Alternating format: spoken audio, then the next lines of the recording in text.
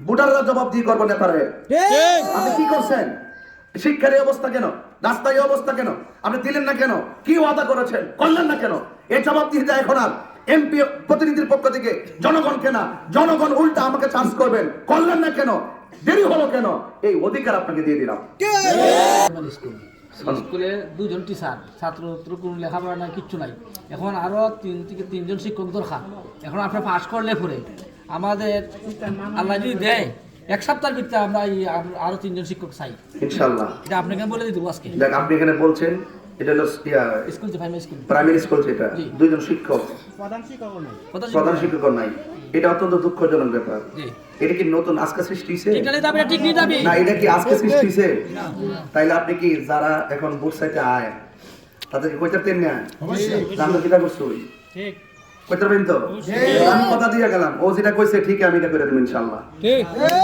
চা শ্রমিকরা যাদের সাথে রাষ্ট্র অর্থনৈতিক বৈষম্য করা হয়েছে, তাদের বৈষম্য দূর করে চা শ্রমিকদেরকে অন্তত পক্ষে চিরস্থায়ী যেন আবাসস্থল, বসবাসের জায়গা এবং তাদের যে পারিশ্রমিক দেওয়া হয় সেটা যেন যথাযথ হয়, চিরস্থায়ী সমস্যা সমাধান করার জন্যে আমার কাছে এগুলো বলতে হবে না, যেহেতু আমি এলাকা দৈনিক 5 ঘন্টা 6 ঘন্টা মোটরসাইকেল দিয়ে ঘুরি, চা বাগানগুলো ঘুরিয়া দেখছি তারা কত কষ্টে আছে। চা শ্রমিকরা এরা সবসময় তারা প্রতারিত হয়েছে, কথা কোন ঠিক নেই? কেমন প্রতারিত হয়েছে? নির্বাচন যখন আসে তখন আমাদের মতো বহুত প্রার্থীরা তাদেরকে অনেক অফার দেয়। আমি তো নতুন আইছি, আমার কাছে কিছু চাওয়ার আছে না, আমি নতুন আইছি না, এর আগে কি অন্যজন ছিল না? আপনি তাকে প্রশ্ন করেন, আপনি চা বাগানের জন্য কি করছেন?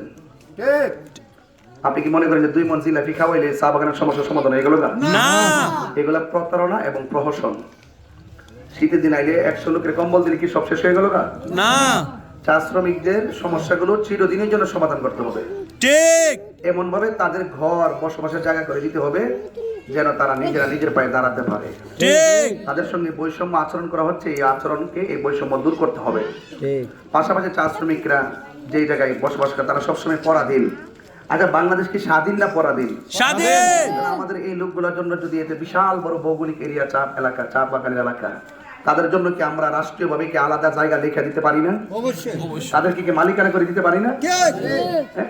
এই কথাগুলো কেউ চিন্তা করে না, অথচ তাদের নিরলস পরিশ্রমের মাধ্যমে একটি বিশাল অংশ এক্সপোর্ট ইম্পোর্টের মাধ্যমে আমরা কিন্তু দেশ উন্নতি হচ্ছে। কিন্তু দেখা গেল যারা আমাদেরকে উন্নয়নের রাস্তা দেখাই দিল, যারা পরিশ্রম করিয়া চা পাতা কুড়িয়ে দেশকে বিভিন্ন দেশে এবং দেশে প্রেজেন্টেশন করে, অথচ তাদের মূল্যায়ন করে না। অথচ চা শ্রমিকরা যখন যায় বাগানে, যখন বৃষ্টি পড়ে তখন তাদের সর্বপ্রথম মনে হয় রেইনকোটের কথা, তাদের পায়ের মধ্যে জুতা থাকে না।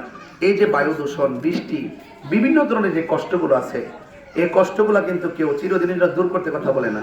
নির্বাচন আইলে মনে করেন যে এমনি হেমনে কত তাই করে, কিন্তু চা শ্রমিকরা বারবার আমাদের মতো প্রতিনিধি যারা নির্বাচন আসে তাদের কাছে বিশ্বাস হারাই ফেলছে। এই জন্য আমি আশ্বাস দিতে চাই না, আমি শুধু এদেরকে বলতে চাই যে আল্লাহ যদি আমাকে দয়া করেন, এমন কিছু কাজ করে দিতাম চা শ্রমিক থেকে, মেহনতি মানুষ থেকে, সনাতন ধর্মী সহকারে আপনারা মুসলমান কমিউনিটি যারা আছেন সবাই যেন এই কথা বলতে পারে যে আরে এই লোকটারে মনে করছিলাম বনবের আয়া কিতা করবো, আমরা বানাই দিয়া ভুল করছি না, উনি এমন কাজ করে গেছে যে আমার দেশের স্থানীয়রাও এমন কাজ করতে পারে নাই। আমি মাজারে দাঁড়াই একটু বলছি কথাটা, আমি জীবনে মুনাফিকি করি না, আমি স্ট্রেট কথা বলি। বহুত লোক দেখছি নিজেকে আড়াল ফেরে চলে, আমি দায়িত্বহীন বাসায় কাজ করি। এই জন্য আমি 1 টাকা মাইরে খাওয়ার চিন্তা তো আমার নাই। আল্লাহ যদি আমাকে দয়া করে, আপনাদের দোয়া মাগো, আল্লাহ যদি আপনাদের দোয়া আমার কবুল করে, ইনশাআল্লাহ আমি সর্বোচ্চটা দিয়ে ঘাম জড়িয়ে আপনাদের পাশে থেকে যত স্কুল, কলেজ, শিক্ষা প্রতিষ্ঠান, হসপিটাল, কমিউনিটি হসপিটাল যা আছে, শিক্ষা থেকে শুরু করে অবকাঠামো যত উন্নয়ন আছে, এগুলোর জন্য আমাকে চাইতে হবে না। কারণ সরকার যেই টাকা দেয়, যদি কাজ করে একবারের বাজেট দিয়ে বহুত কাজ করন যাইব। আমরা তো দেখছি যে বাজারটা যেন হয় এলাকা ভিত্তিক, 3 ভাগ করে, 2 ভাগ একবার ডাইন পকেটে ঢোকা, আর একটা ভাগ বাম পকেটে ঢোকা, আর একটা ভাগ যেটা আছে এটা হাত বদল হইতে আইতে লাস্টে রোডের বদলি বাস। এটা কিন্তু আমরা দেখতে আইছি, কারণ আমরা তো রাজনীতি করছি, কারণে কারোকে সমর্থন দিচ্ছিলাম না হইতে। তো এই জন্য আমার কাছে অন্তত পক্ষে এই কাজটা পাইতেন না। বড় বড় লেকচার দিয়া লাভ নাই, কথা দিয়ে গেলাম ইনশাল্লাহ না চাহিতে যেন আপনাদের চাহিদা পূরণ করতে পারি, সেই জন্য আপনারা আমাকে দায়িত্ব দিয়ে বানাই দেন। সনখোলা একটা প্রাইমারি স্কুল, স্কুলে 2জন টিচার, ছাত্র কোনো লেখাপড়া নাই, কিচ্ছু নাই।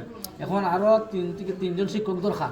এখন আপনি পাস করলে পরে আমাদের আল্লাহ যদি দেয় 1 সপ্তাহের ভিতরে আমরা আরো 3জন শিক্ষক চাই ইনশাল্লাহ। এটা আপনাকে বলে দিতে আজকে। দেখ আপনি এখানে বলছেন এটা হলো স্কুল যে প্রাইমারি স্কুল, প্রাইমারি স্কুল, যেটা 2জন শিক্ষক, প্রধান শিক্ষক নাই, এটা অত্যন্ত দুঃখজনক ব্যাপার। জি, এটা কি নতুন আজকে সৃষ্টি হয়েছে? এটা নিয়ে যাবে, ঠিক নিয়ে যাবে না, এটা কি আজকে সৃষ্টি হয়েছে? তাইলে আপনি কি যারা এখন বুট সাইতে আয় তাদেরকে কইতে পারতেন না?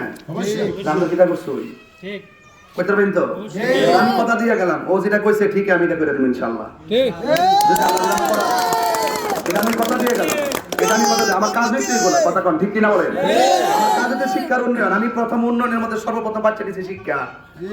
আমি প্রথম শিক্ষা কেন বাচ্চা দিয়েছি? শিক্ষিত হইলে কেউ কাউকে ধোঁকা দিতে পারে না, কথা কোন ঠিক না? শিক্ষিত হোক আমরা চান কিনা? একটা স্কুলে শিক্ষক থাকতো না, এটা হতে পারে হেডমাস্টার নাই, এইভাবে তো শিক্ষা ব্যবস্থা চলতে পারে না। গুরুত্বপূর্ণ জায়গায় এই কথাগুলো তুলে ধরতে দিব, কারণ আমাদের সমাজের নেতা যারা, তারা জবাবদিহিতা করে ভোটারদেরকে না, ভোটাররা জবাবদিহি করবো নেতারে। আপনি কি করছেন? শিক্ষার এই অবস্থা কেন? রাস্তায় এই অবস্থা কেন? আপনি দিলেন না কেন? কি ওয়াদা করেছেন, করলেন না কেন? এই জবাবদিহিতা এখন আর এমপি প্রতিনিধির পক্ষ থেকে জনগণকে না, জনগণ উল্টা আমাকে চার্জ করবেন, করলেন না কেন, দেরি হলো কেন? এই অধিকার আপনাকে দিয়ে দিলাম।